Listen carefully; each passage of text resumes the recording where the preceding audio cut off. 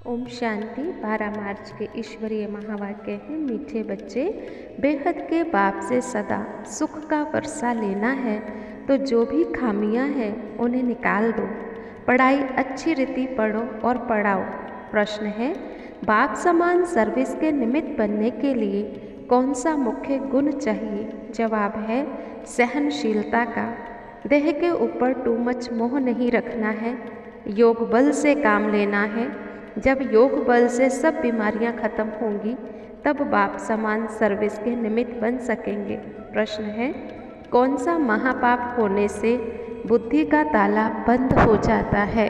जवाब है, यदि बाबा का बनकर बाबा की निंदा कराते हैं, आज्ञाकारी वफादार बनने की बजाय किसी भी भूत के वशीभूत होकर डिससर्विस करते हैं, कालापन नहीं छोड़ते हैं, तो इस महापाप से बुद्धि को ताला लग जाता है। गीत है आज का, कौन आया मेरे मन के द्वारे सवेरे सवेरे। ओम शांति। मेन पॉइंट्स हैं, यह पतित भ्रष्टाचारी दुनिया है और हम यहाँ पर देवता बनने के लिए पढ़ते हैं। सिवाय शिव बाबा के देवता बनने की पढ़ाई कोई और पढ़ा नहीं सकता। पढ़ाने वाला यहाँ निराकार भगवान शिव बाबा है। स्कूल में एम ऑब्जेक्ट होती है, तो यहाँ भी तुम्हारी एम ऑब्जेक्ट है। बाबा ने बताया है बच्चों की बुद्धि में रहना चाहिए, मुझे क्या बनना है। आत्मा शरीर द्वारा पढ़ती है। बाबा कहते अपने को आत्मा समझो और मुझ बाप को याद करो। कई कहते हैं याद नहीं टिकती है, हम पावन कैसे बने? बाबा उपाय देते हैं, मुझे याद करो, मुझे याद करने से ही तुम पावन बनेंगे। मेरी याद से तुम्हारी आत्मा और शरीर दोनों ही पावन बन जाएंगे। बाकी ये दुनिया तो भ्रष्टाचारी है, पतित है। इस पतित दुनिया में रह करके बच्चे मुझे याद करो। मनुष्य तो साकार को याद करते हैं, यहाँ तो तुम्हें निराकार शिव बाबा को याद करना है। तुम बच्चों को समझाया जाता है, लेकिन तुम्हारे में से भी बहुत थोड़े अच्छे सयाने वफादार फरमान बरदार बच्चे हैं जिनमें भूतों की प्रवेशता नहीं है। भूतों की प्रवेशता तो बहुत तंग करती है, कितनी डिससर्विस में ले आते हैं, कितना बच्चों के अंदर देह अभिमान आ जाता है। बाबा कहते देखो धर्मराज के पास रजिस्टर है, सजा भोगने के समय तुमको सब साक्षात्कार कराएगा कि तुमने इन भूतों के वश होकर ये किया।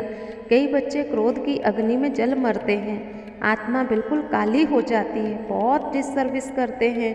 देह के ऊपर टू मच मोह नहीं रखना चाहिए, योग बल से काम लेना चाहिए। बाबा तुम्हारा कितना श्रृंगार करते हैं, तुम्हें अपने आप को संभालना चाहिए। बाबा कहते बच्चे तुम आत्म अभिमानी बनो, मुझे याद करो। ये बाबा कोई श्राप नहीं देते हैं, बस समझाने देते हैं।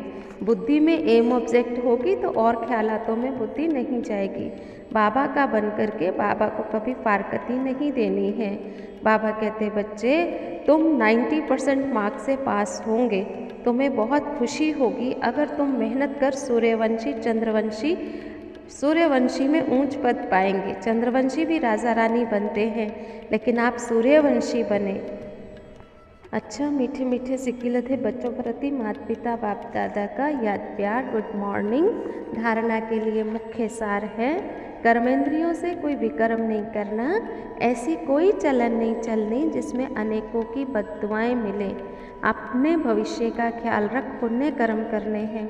अंदर जो भी कालापन है, देह अभिमान के कारण भूतों की प्रवेशता है, उन्हें निकाल देना है। ज्ञान से अपना श्रृंगार कर स्फूर्त बच्चा बनना है।